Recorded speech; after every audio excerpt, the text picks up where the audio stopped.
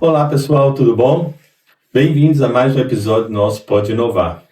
Mais um conteúdo que a Beta Saúde prepara exclusivamente para auxiliar aí nessa jornada de conhecimento de como a gente pode explorar o uso de dispositivos. Nesse primeiro momento a gente está abordando smartwatch, como esses dispositivos podem nos auxiliar a realmente encontrar melhores formas de usá-los a favor do nosso autocuidado, né? Nosso cuidado da saúde. Bom, estou aqui, sou o Pedro, analista de inovação, estou aqui com o Dr. Adilson novamente, meu colega aqui da Beta Saúde.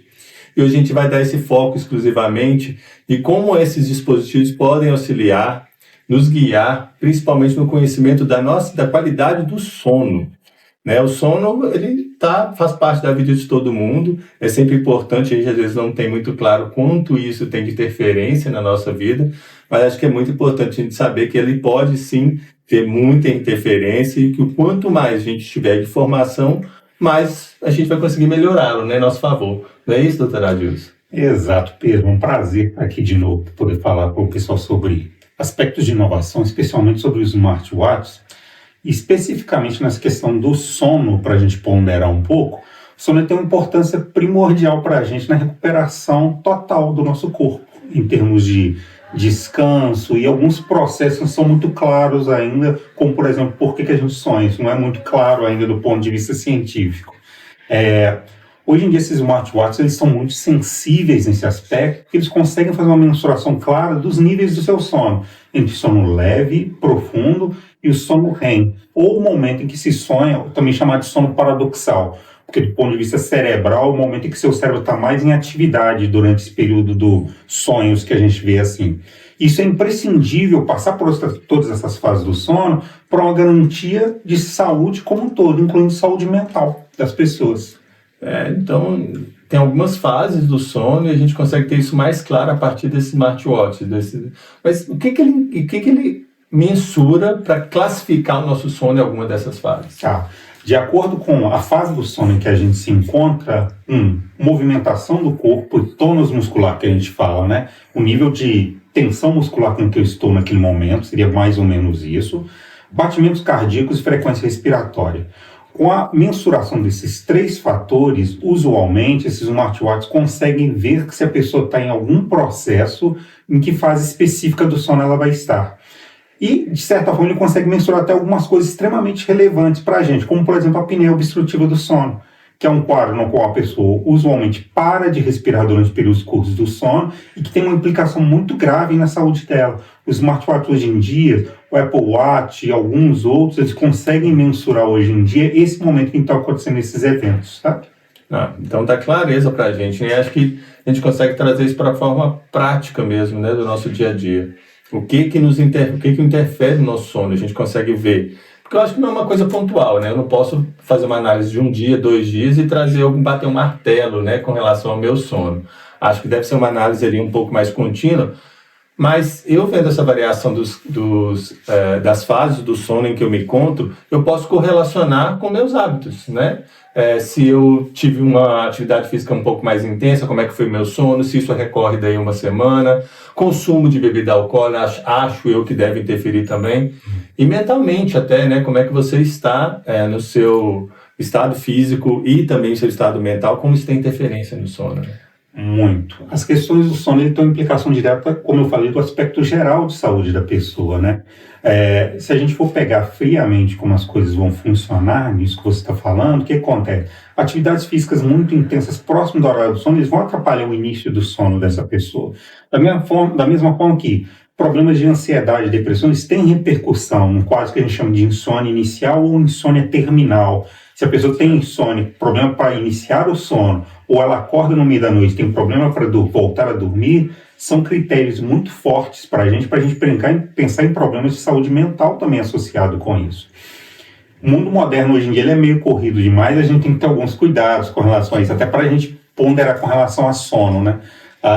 O uso de telas próximo do horário do sono, eles inibem a melatonina da gente por causa da claridade, e indiretamente vai atrapalhar o início do sono das pessoas. Então, hoje em dia tem os smartwatches que até propiciam isso. Eles possibilitam criar rotinas para sono, incentivando que a pessoa utilize menos tela durante determinados períodos antes daquele período do sono, promovam atividades relaxantes, alguns deles até propõem atividades relaxantes nesses quadros, que auxiliam a pessoa a ter uma qualidade de sono melhor e acordar com melhor disposição no outro dia. É impressionante como eles podem realmente nos auxiliar se a gente conseguir identificar essas funcionalidades, né? E também estivermos abertos à mudança de hábitos, né? Porque eles não vão nos forçar nada, eles vão nos direcionar. Mas aí parte de cada um também estar aberto a essa possibilidade de melhorar o seu sono, obviamente, aí tendo consequência uma melhor qualidade de vida de uma forma geral, né? Sempre pensando em repercussão, né? Não é só o sono à noite, é repercussão na sua vida, no seu dia, na sua vida como um todo. Traz outros problemas. A própria apneia ou distúrbios do sono, eles vão causar problemas de piora de estresse, aumento de pressão arterial, alterações hormonais, como alterações glicêmicas e outras coisas, por prejuízo de padrão de sono. Às vezes, sabe? E às vezes, com correção disso, a pessoa costuma ter melhoras muito relevantes de certos processos na saúde dela. E acho que, eu entendo que não vai substituir, a gente já falou isso aqui até no nosso momento, não vai substituir o acompanhamento médico, mas te dá alertas para o quanto você precisa evoluir e realmente buscar um auxílio de um profissional nesse sentido. Né? Exatamente, Pedro. Assim, ele não vai substituir, não é interessante até que ele tenha tanto essa função. Ele funciona como um alerta muito relevante, importante, porque essa pessoa entenda que ela está precisando de um auxílio naquele momento. Como eu falei, o sono está dando um aviso que tem alguma coisa errada. Pode ser ansiedade, pode ser depressão, pode ser alguma outra apneia obstrutiva do sono.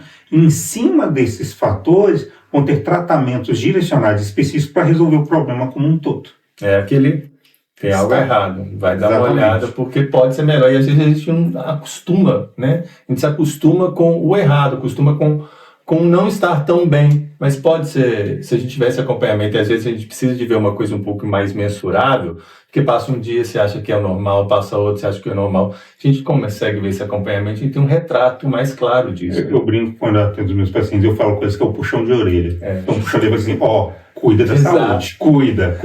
Tem uns avisos ali, sabe? Que a pessoa tem que tomar cuidado. Tem a mãe, tem o pai na infância, agora a gente não tem mais. Então a gente usa essa forma automática aí dos dispositivos nos auxiliares, dar esse puxão de orelha digital. Exato. Gente, mais um momento aqui que a gente conseguiu esclarecer, eu tenho certeza que a gente conseguiu contribuir para que essa jornada de inovação aí seja mais suave, que a gente consiga entender como isso pode acontecer de uma forma muito mais prazerosa e, obviamente, revertendo isso no autocuidado, que todos nós, no final, queremos atingir. Muitíssimo obrigado.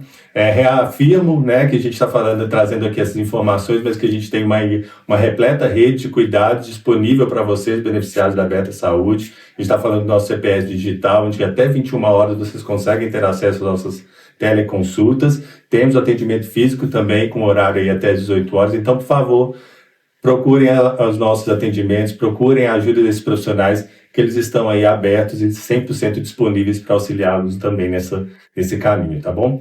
Já a gente volta com outros assuntos relativos ao uso desses dispositivos. E como forma de manter esse auxílio, essa comunicação e esse conteúdo mais próximo de vocês, a gente tem uma página exclusiva agora no nosso site, conteúdos bem direcionados para esse assunto, então a gente vai deixar aqui um QR Code para vocês acessá-los e acho que vai ser mais uma forma de auxiliá-los nesse sentido também. Muito obrigado, gente. Obrigado.